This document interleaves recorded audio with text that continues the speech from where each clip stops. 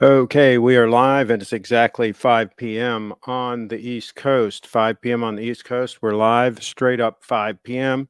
And this is another emergency broadcast. Emergency broadcast, this time dealing with this stunner right here. The SBGA231, I believe, is the model. And here, give you a close up. There's the stunner in question. And we have news. It came from a subscriber. This watch has been removed from the Grand Seiko website. So it looks like it might have been discontinued, this particular model. And let me actually try to pull up the website here. Give me a second.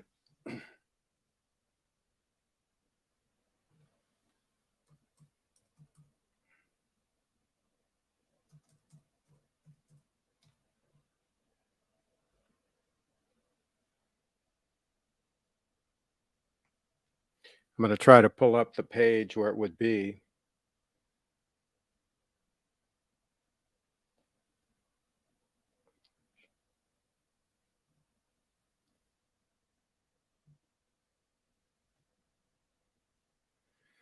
Okay, so this is the sport collection page. The sport collection page. And you can see they have a couple of new models that we've talked about previously that are actually a little bit thicker. I think they're 12.7 millimeters thick, whereas the 231 was 12.1 millimeters thick. So they've got these two new models that are, I believe, high beat, and one's in titanium and one's in steel. You see one's 8800 and the other one's 7300. But as you scroll down, there is no spring drive diver that I can see. Okay, I'm going down the page on the website right now, and I don't see a spring drive diver, which would be what would replace the 231. Okay, I just don't see it. Now this watch here, see what is in this one. This is a limited edition piece, limited to 700 pieces. This one might be the spring drive. Yeah, that's a spring drive, but that's a limited edition, and that had already come out. And I believe that's a 600-meter watch. That's a different case. That's a whole different animal, and that was previously available. So it seems like they have.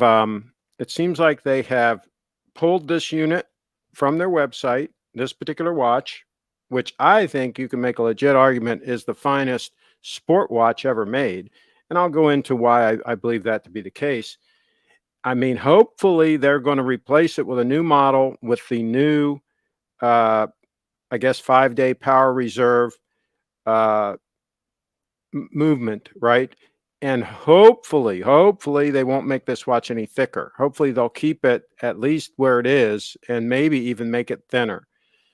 Fingers crossed. And if we really want to go with our wish list, maybe they'll make two versions, a smaller size. People have been asking for this watch like in a 40 millimeter, right? So maybe they'd make this in a 40 and the 43, which is what it is now. That would really be cool. Let's see. Stig said, good evening, Craig and everybody. And Boozer says, Craig, should Bitcoiners celebrate when BTC dips 9%? Yeah, they should buy it when there's a sale. When something's on sale, buy it. You know, they call it buy the dip, right?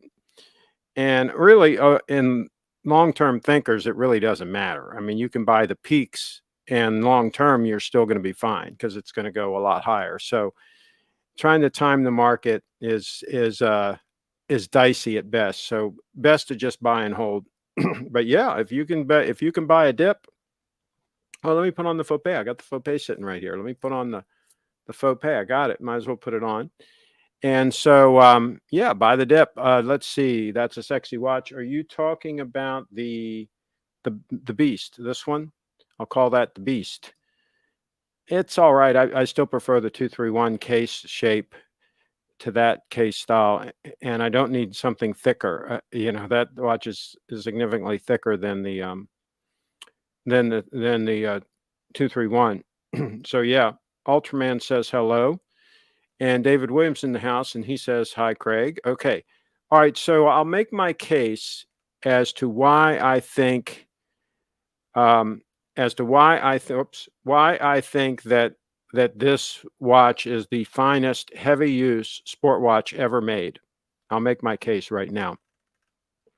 First of all, it's super comfortable on wrist. It drapes on the wrist very nicely, and the case shapes to your hand very nicely. The bracelet has a lot of flexibility, so it's extremely comfortable going around the wrist.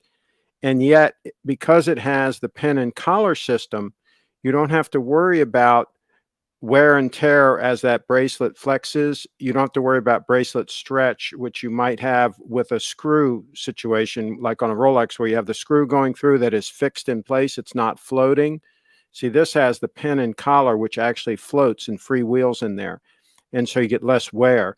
So you don't have any issue whatsoever with bracelet stretch on this, yet you get super flexibility, more flexibility than you'll get with a Rolex bracelet, more comfort therefore.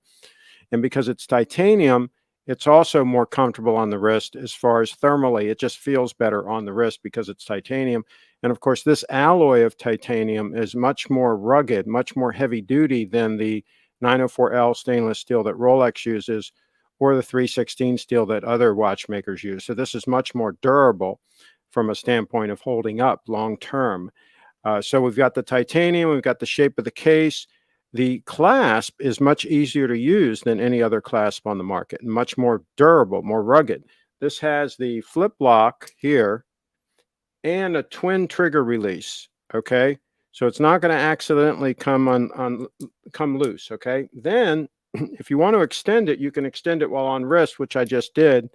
And then you can very easily push this in. It's a one-way ratchet and get exactly the adjustment you want. So it's very quick and easy to adjust while on wrist, which is very important for a heavy use watch, because the last thing you want to do is take your watch off to adjust it and then have it fall overboard on some boat or whatever, right? You don't want to take the watch off wrist. That's rule number one.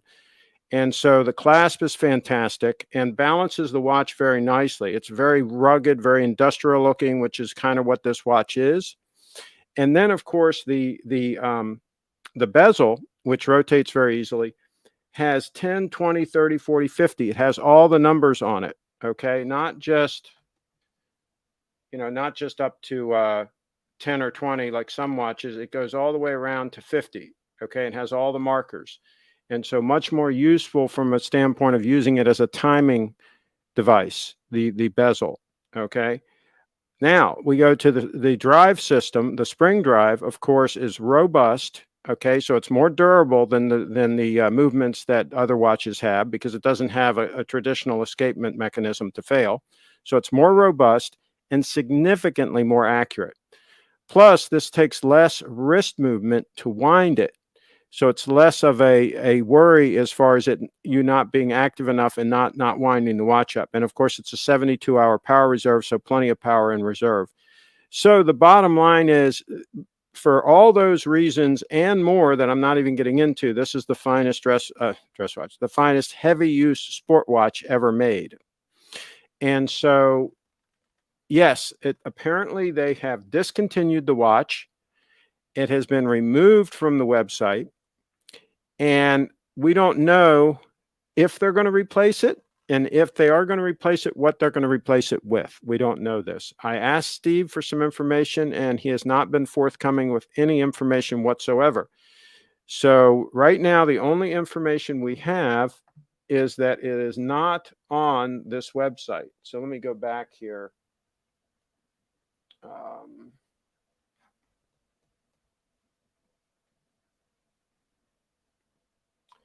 And again, this is the sport collection. And I'm going to go to the sport collection. I'm sorry. And these are the watches that are listed. We've got the two new divers, okay, that are high beat, and one's titanium, one's steel. You can see them there in the upper left. And then we've got other sport models, and you'll see as I scroll down the various sport models that we have to choose from, some of which are nice looking watches, by the way.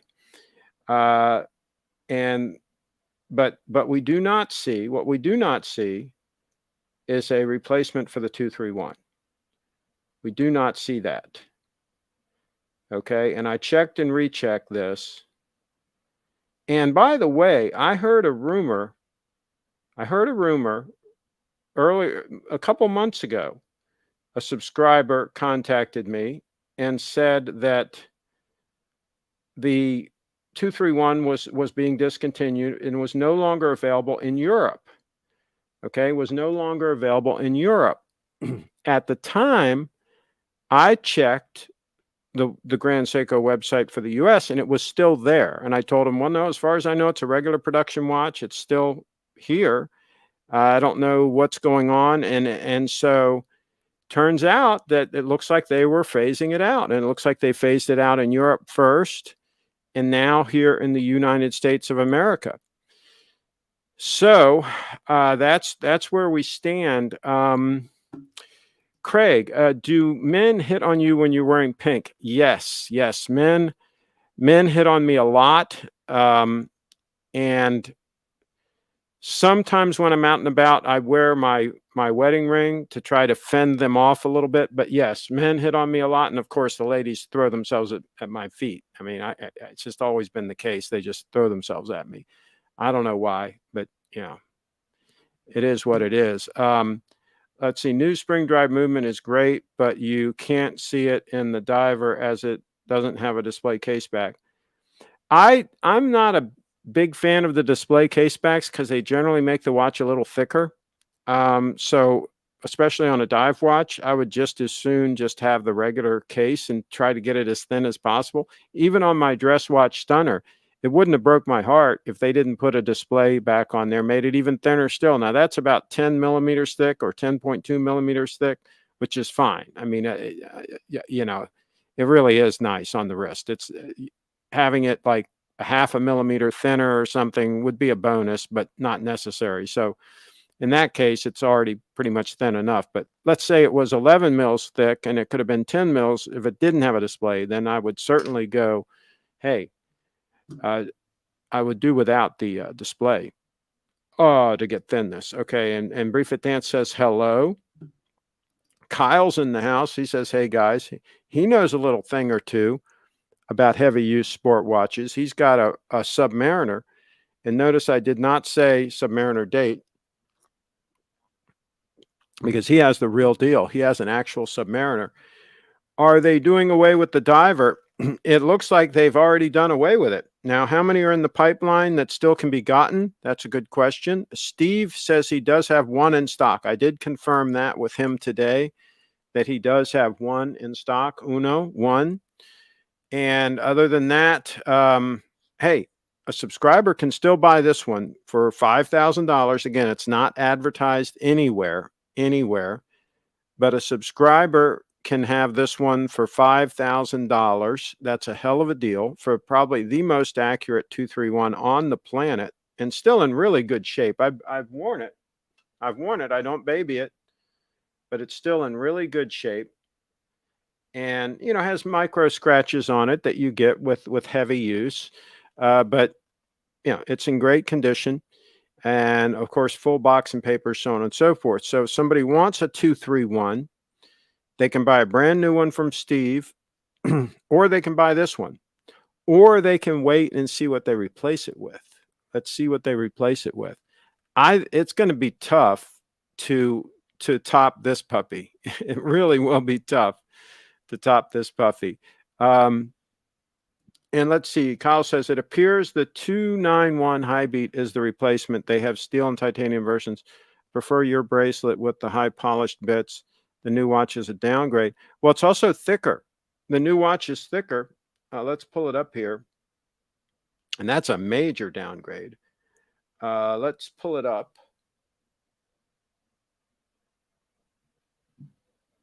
Give me a second here.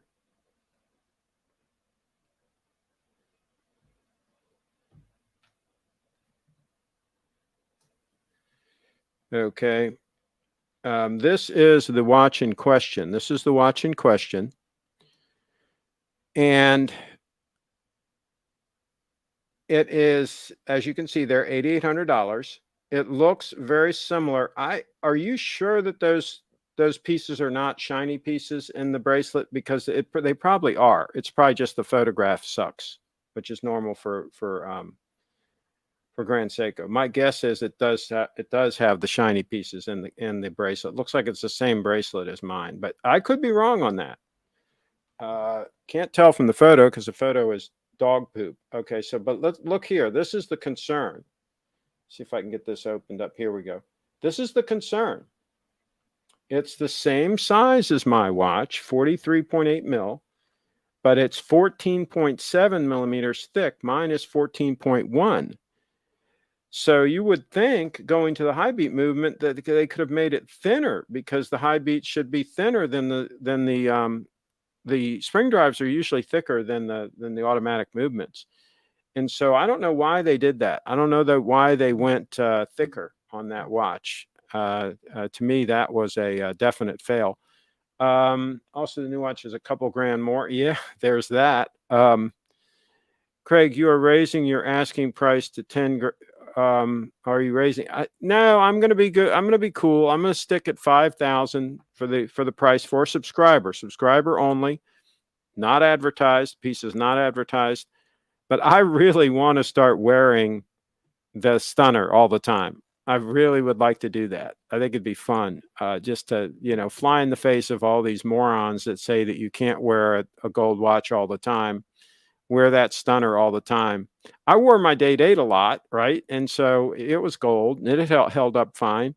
And so I think this watch would hold up fine. I had some more comments from people. Oh, you can't wear a gold watch all the time. It's not practical, all this stuff. And I thought to myself, yeah, that's because you've never worn one. You have no idea what you're talking about. Danny's in the house. Craig, what's your thoughts on plain Jane Rolex Datejust 36 millimeter? Did you ever own one? Yes, my first watch was a Datejust 36 mil. And I bought it new in 1978. I think it's a good compromise between sport and dress watch. Hell yeah, it is. I bought mine in 1978 new. It was $560. And it had, believe it or not, it had the engine turn bezel, and it had the Jubilee bracelet on it was actually made in the USA. That's what they were doing at that point in time. And I loved it. I wore that watch on and off for 2 years. And then I sold it after I got the Date 8. But yeah, it's a great all-around piece. Always has been. I think always will be.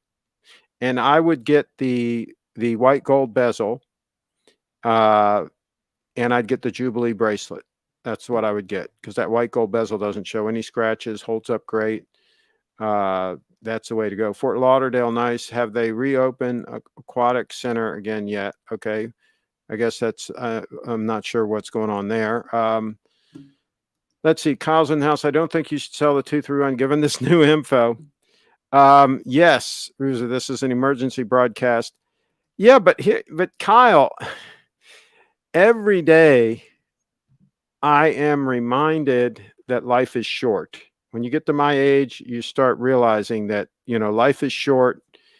And, I just want to enjoy wearing the 002 more.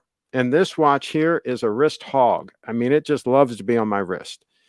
And now when I go out, when I dress up nice, I go out, I wear the 002, right? But this thing hogs so much wrist time. It just does. And so the only way I'm going to get this thing off my wrist is if I sell it. The only way I'm going to get it off my wrist. And then I'll be able to enjoy the 002 all the time. I'm kind of jealous of Brianna. Fit Dance is in the house. I'm kind of jealous of her because she wears her gold stunner all the time, and it just burns me up that I'm sitting here wearing this thing and she's wearing a gold stunner all the time. And she's like 21 years old. So yeah, I'm a little bit jealous of that. So if somebody doesn't completely understand Bitcoin, what would you recommend they do? Oh my goodness. I'll put the link in the chat. Go to my website.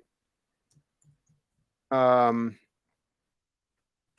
look at that page that I put in the chat. Study everything on it.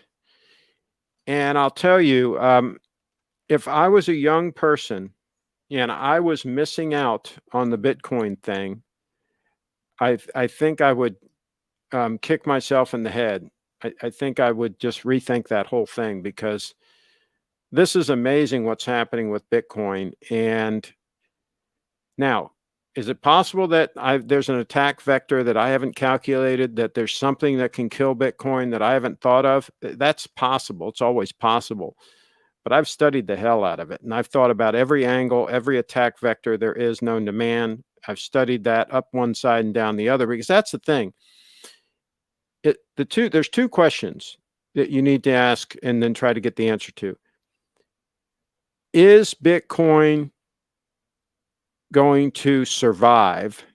Okay. And if it's going to survive, how many people in the future are going to want/use it? Okay, so those are the two questions. Is it going to survive? And if it survives, are people going to want to use it? And I think the answer to both of those is yes, it's going to survive, and I think people are going to want to use it. It's really fun to use. It's really cool technology. So I think it's a very useful technology, and I think it's going to survive. So if those two things are true, that means it's going to continue to grow. And if it continues to grow as far as the network and the number of people using it, the price has to go up, because it's a fixed supply of units. So if the demand increases, the supply ain't going to increase. And this is the first thing we've ever had that if demand increases, the supply doesn't. And I'll explain that in a moment. But let me get to these comments. Kyle says, if you need to get back into a sport piece, you may have to downgrade. Yeah, but why would I need to? I can wear the gold stunner. I can wear the gold stunner. Hi, new here. You have some interesting opinions. What do you think about Omega, Moonwatch, steel chronographs in general? I'm not a fan of chronographs, just because I never saw the need for one. Now, if I was racing cars or something and I needed to time something, maybe it would be useful. But I never really saw the need for one. If I want to time, like if I'm parking my car at a parking meter and I want to time 20 minutes, I can just use my rotating bezel on this dive watch and do that very easily. So I never saw the need for having that complication and having something that can potentially fail and potentially be expensive to service and so on and so forth. So I wouldn't buy one personally. I would buy, if I was going to buy an Omega, I'd probably buy one of the dive watches, one of the 300-meter dive watches, something attractive. I personally would probably buy a Grand Seiko instead. I mean, I could have bought whatever I wanted to when I went away from Rolex, and I chose Grand Seiko. So I think I made the right choice. But just get something you really like. Get something that's really comfortable on your wrist, that looks great, that makes you feel good wearing it, and then wear and enjoy it. That's what I would recommend. Okay, so that's this question. Let's see here. Oh, I skipped one. I'm sorry. I'm sure NASCAR drivers don't time their laps on wristwatches. Good point. Paul Newman used to use his actually for its intended purpose, because I saw him at the racetrack with his, and he was using it for the intended purpose. Craig, what's your opinion on Tudor as a purchase instead of Rolex or Grand Seiko? No. I would not go anywhere near Tudor, especially over a Rolex or a Grand Seiko. No, I'd have no interest in a Tudor. Never did, never would, never will. I'm too active to wear a leather strap watch, unfortunately. I think the leather straps hold up pretty good. I don't think that's a big problem. We'll see. If I do it, if I sell this one and I actually do wear that one all the time, I'll report on it. Good. I can't report on it now because I don't have experience. The only experience I can report on is Brianna Briefit Dance. She wears hers a lot, and exercising and doing all kinds of things. and hers is held up great. She's got a strap by HD Straps, and it's holding up great. And she doesn't even have a deployant clasp on hers.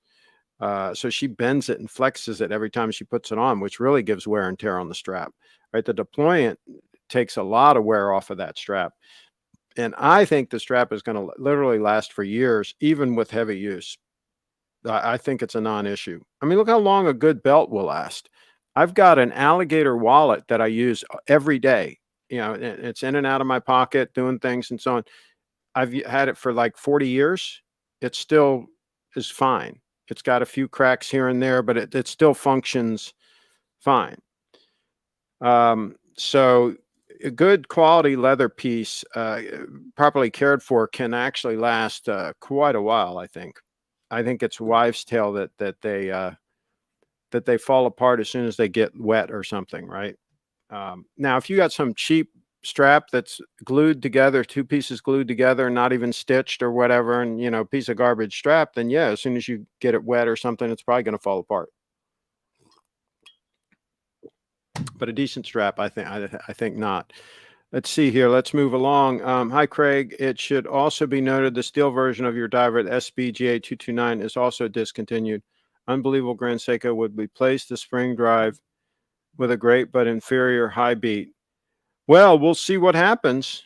We will see what happens. Hopefully, they're going to come out with an all-new model, and you know, hopefully this is not going to be the case, but we will see. Would you rather have the new GS diver or every Tudor in the catalog? I just have no interest in Tudors, and I don't understand the hype around Tudors and a lot of the watch forums and all this stuff. And oh my God, he got a Tudor and all this stuff. I don't understand, because back in the day, none of us would have even considered buying a Tudor. We would simply save up and buy the Rolex.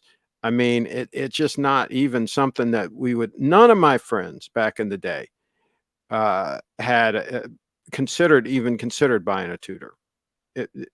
I mean, if somebody mentioned a Tudor, it was joking or they were laughing about it. You know, this was back when all of them didn't have that ugly hour hand. Some of them actually had the Mercedes hand and stuff. And now they've made them even uglier. So yeah, I think that's a non-starter on the whole Tudor thing. So anyway, yeah, we don't wear ugly watches. That's how that whole thing works. All right. Let's see what we else got here. Okay. Danny, wearing a Tudor means that your life has not turned out as successful as you hoped it would. Very good point. Very good point. And let's see, I would have a GS over Tudor any day. Well, Tudor, I mean, a GS, especially the way some of the watches that they're making now, I'm not going to make a blanket statement that buy any GS and you've hit it out of the park. You got to be selective with any of these brands.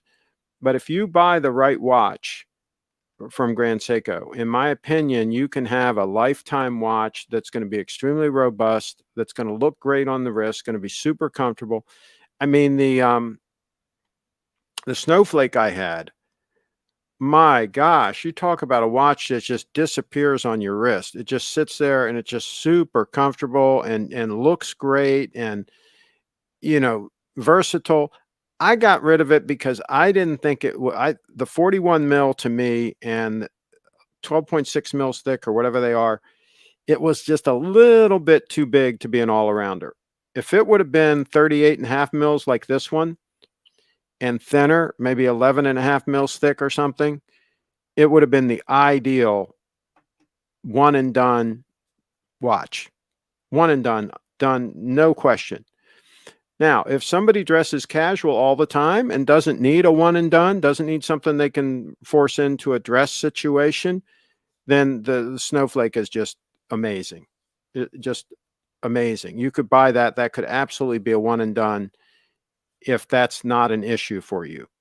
You know, the fact that it's a little bit on the big side. Whoops, just banged my my Bitcoin signet ring. By the way, I got the new one. This one's sized for the pinky. The other one was sized for this finger. So this one is 7 1/4 size, and the one that was for the ring finger was size 9. Okay, so let me show you a close-up of this. Whoops.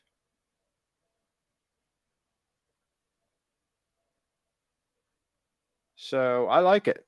I like it. I like the one sized for the pinky. And the one that I'm having made, the gold one, the 18 karat gold one, is going to be sized for the pinky also. And he hasn't even started on it yet. I okayed the design. I showed you guys the design in another show. And he's got to have, the guy's got to do the 3D printing of the thing, and then he's got to make the cast and do all the procedure and all. And it's definitely, I don't think it's going to be done this week. I think it's wishful thinking that it's going to be done this week. I was hoping it was going to be done this week, but I think at best case, it's going to be next week. But thank goodness I ordered it plenty in advance so that I should definitely be able to have it at Steve's event. You know, that should be absolute. But I'll push him next week and try to get a timeline and get more information. I'm excited to see that gold stunner, a gold stunner I'm having made. Bespoke. All right, let's see what else we got for here. Do we have info on the bracelet and clasp on the new diver? Is it the same as the 231, 229? Again, I don't know, but it looks like it to me. I don't know if Steve has any of those new ones in stock. Let me see if he'll answer the phone. This is wishful thinking, but let me see if I can get Steve on the phone.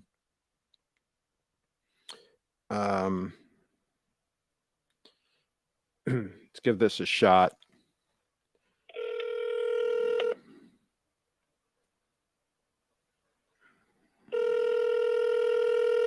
See if we can get the Stevester on the phone live. Hi, Craig. Oh, hi. Is Steve available by chance? Okay, just a second, please, Craig. Okay. Sure. I'm live on the show. Okay. Okay. So we'll see if that was the lovely Linda. Let's see if Steve can get on the line, and maybe we can get some information from Little Treasury Jewelers. He might be doing a deal. He does a lot of last minute deals between 5 and 6 o'clock. He does a lot of deals, and so he might be closing a deal as we speak. We never know. You're making a deal? We never know. Okay, so I'm live. We've got about 30 live viewers, and they're asking the question on the new watch that came out, the diver that's the titanium, that's the high beat, the new model. Have you seen that? Is the bracelet the same as the 231? That's a question somebody asked here. I think it's going to be the same. Oh, but you haven't seen one yet. No, I just put in my order. I saw it when everybody else did. It was not even discussed in Las Vegas, interestingly. Gotcha. Okay, and then no additional information on the 231 being disconnected, discontinued? No, there is additional information. This is a hot news. You heard it here first. Live on the show here, guys. This is Steve. So it will be superseded by one that meets the international dive watch standards. Okay. So I think a slight modification on the dial. I think I forget whether there's a pip on at 3 o'clock on that model. Is there? You're probably wearing it. I don't have it in front of me. That's one of the requirements. There's a couple of other little requirements for, I guess, the international dive certification. Okay. And it will be renumbered. But it'll essentially be the same watch. So, but with the newer movement? No, I think it'll be the same watch with meeting those standards. Okay. So we'll once you have more information, maybe you can come on the show and yeah. So, but that's just I just found that out about 20 minutes ago. Good. And same with the 229. So it's not going away, but it will have a new SKU, a new style number. Good. Probably November, December. Good. And you'll be So, getting them in stock? yeah, and I ordered all the new ones today that we just saw. So Okay. those will all be here. And you have 1-2-3-1 that they can buy if they want to buy a 2-3-1. Yeah, I'll probably be able to get more, but I have it in stock. Okay, good, good. Okay, all right. All right. Fun. Latest everybody. update from Steve, littletreasury.com, littletreasury.com. Thanks for the info. Okay. All right. Bye-bye. Take care, my friend. Bye-bye. There you go, folks. That's how we do it. Live on the show. We got some breaking information. Steve doesn't know about the bracelet, but he's assuming it'll be the same. Craig, did you teach Bree to what? Did you not finish the sentence? Hey, everyone, if you're watching, hit the thumbs up button. Yes, that's what you should do. Craig, you're rich. Why not go to the apex of watches, A. Lang & Son?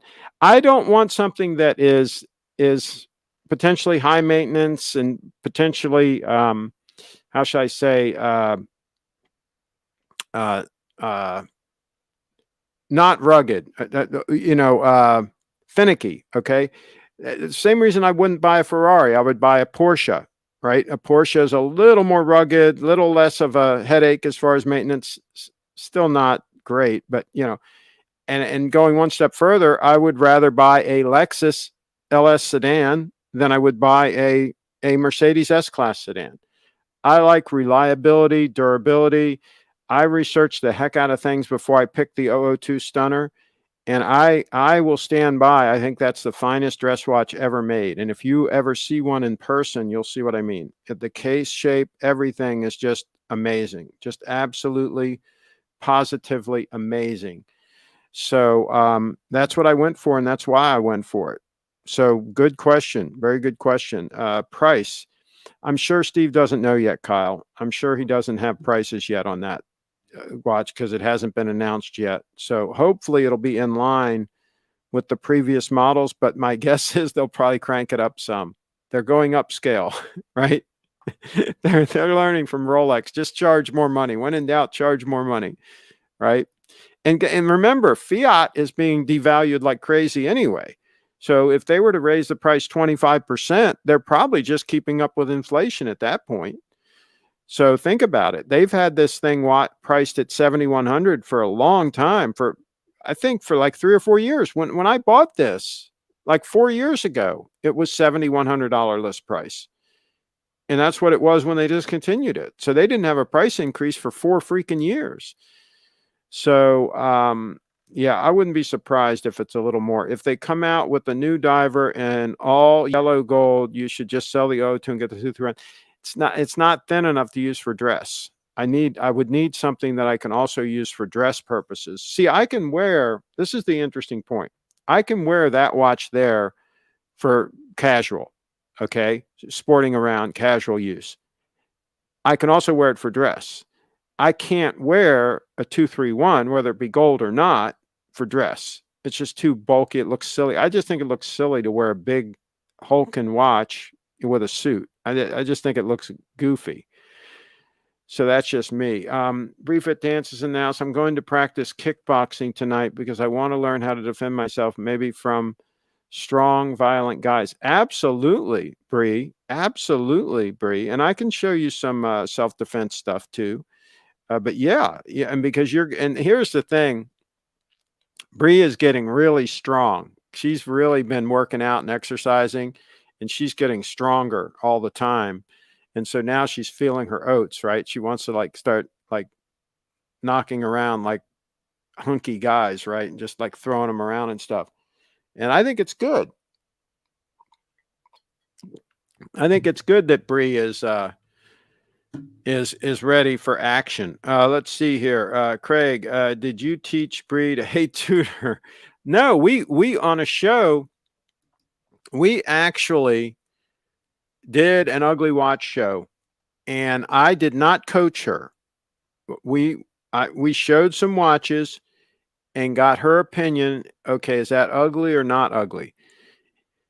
And for almost all the watches that we went through, and the videos here on the channel, we were in alignment.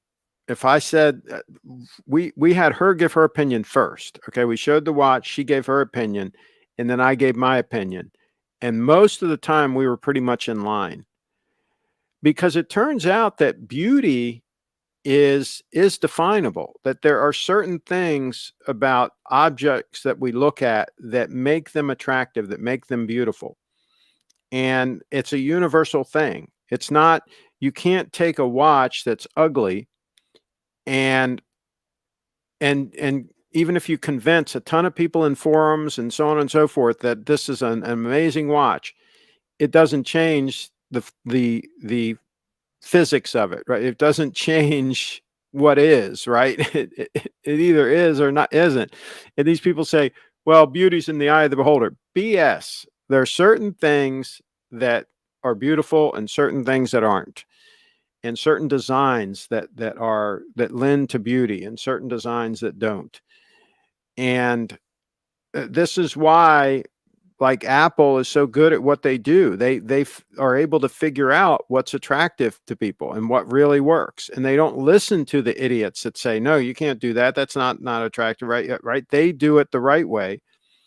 And this is why a designer that really knows what the hell they're doing is in demand. And this is why a lot of products are not attractive, because whoever designed them didn't know what the hell they were doing. So yeah. All right, we're going to wrap this up pretty soon. I'm getting hungry. Let's see here. I wear my Pepsi with my navy blazers, get compliments on a regular basis. I don't wear my dress watches much anymore. Well, the Pepsi is thin enough. The GMT Master is thin enough and small enough. It's a 40 mil watch, and it's thin enough. I think it's only about 12 point something mils thick, that it can be pushed into a dress situation. Not this watch here. Not this watch here. We're comparing apples to oranges, okay? We're comparing a watch that really can be used as an all-arounder, especially with the Jubilee bracelet. That's stunning. I mean, so yeah, that can absolutely do it. Craig, but what about when the young ladies want to hop in the jacuzzi unexpectedly? Do you take out the watch, which would usually... No, I would leave the 002 on. If I had the 002 on and it was an impromptu thing and we just happened to be in a situation where we needed to jump in the jacuzzi or whatever, I would wear it. I would just dry the strap out later and you know, clean it up a little bit and keep on getting up. It's 30 meters waterproof. I trust it. I trust that you could go in the jacuzzi with it. So yeah, I would do it. No, I would not take it off and set it to the side. That's how watches disappear. Let's see. Would be nice to hear a little about yourself, things you've done in your life, how you got here, why you started this, etc. Matthew in the house. Well, that could be a long story. That I'm getting ready to wrap up the show. I have some videos. I have a video that you might want to see that is my 40-year, I described it as my 40-year journey from Rolex to Grand Seiko. I wore Rolexes for 40 years. And then in that video, I explain why I went to Grand Seiko. So that's a video that you might want to take a look at. I think there might be a video where Brianna interviewed me. There might be. If not, we should do one. Maybe next time Brianna is and I do a live stream. Maybe we'll do a live stream where she interviews me. But on different shows, I have talked about things I've done in the past, businesses that I've had, and different things I've done. So it's out there. But generally speaking, people aren't that interested. So I don't talk about it a lot. But we have talked about it before. But basically, I started out in sales, and I was somewhat successful in sales, and I always saved and invested.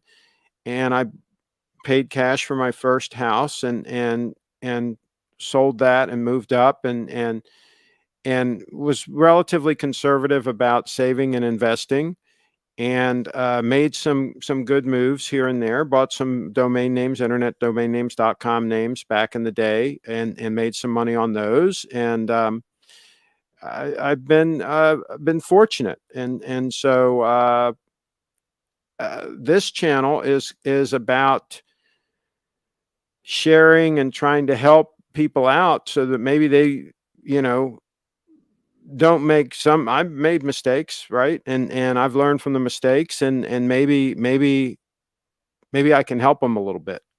And there's one subscriber that I'm trying to help that has a lot of money tied up in steel Rolexes as investments, and I'm trying to convince him to sell most of those.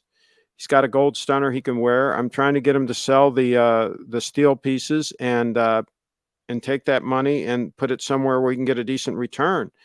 I would put it in Bitcoin.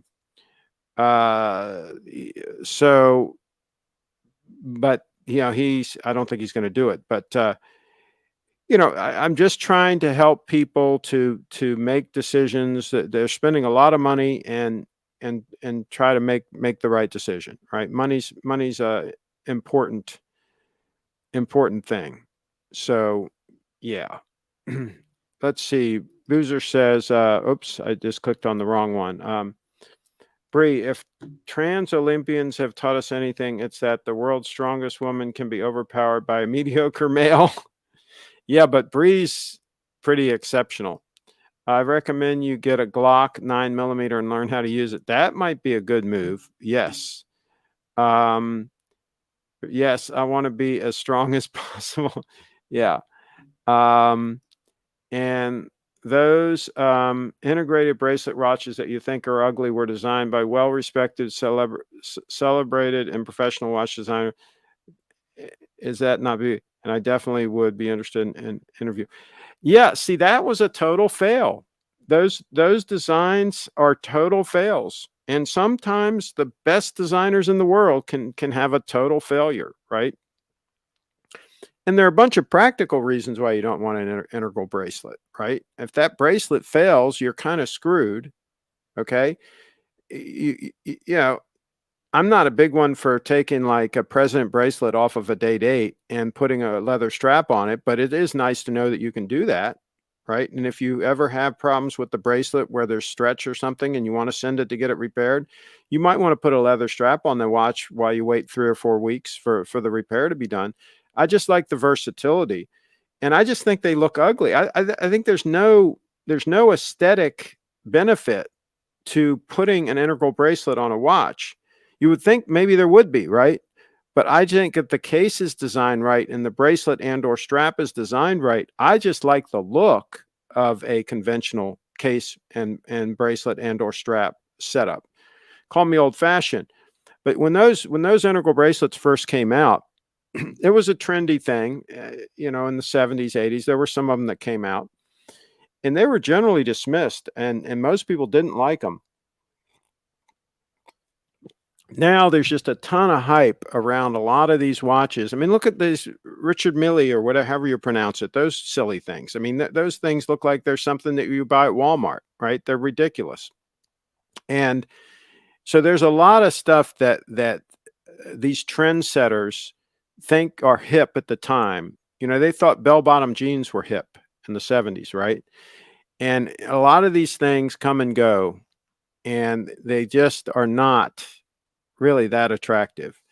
And so, no, I don't think those watches are going to stand the test of time. I think that most people are going to come around and realize that a Rolex Date 8 is a whole lot better looking than any of those watches. I mean, just take a Rolex Date 8. Done. I mean, that argument should be, if you take a Rolex Date 8 and put it next to any of those watches that you're talking about, I mean, to our A/B test, right? Anybody with half a brain would see the Date 8 and would say that's a better looking watch. Okay, only people that are totally in the tank for these silly watch channels that hype these things up, and that these gray market dealers and all this say, oh, look at this, look at this, this is so, oh my God, and these guys don't have a clue about style or anything, right? They've never watched a classic movie in their life. They just have no taste whatsoever. and they're influencing people to buy these things. So go ahead and buy them if you want to, but I don't think you'd ever see Cary Grant wearing something like that. And if Cary Grant wouldn't wear it, then it probably doesn't have any style. So that's where we'll leave that. All right, we're going to wrap it up. I thank you guys for watching. And we'll keep you posted when we hear more about the 231 replacement. We'll let you know. Thanks for tuning in. And hey, make sure you subscribe and click the bell so that you get a notification on this channel. And please don't buy the ugly watches. And you can watch, I got a couple of videos on here that explain ugly watches and what they are, and what watches you should avoid and what watches you should probably consider buying. So again, thanks for watching.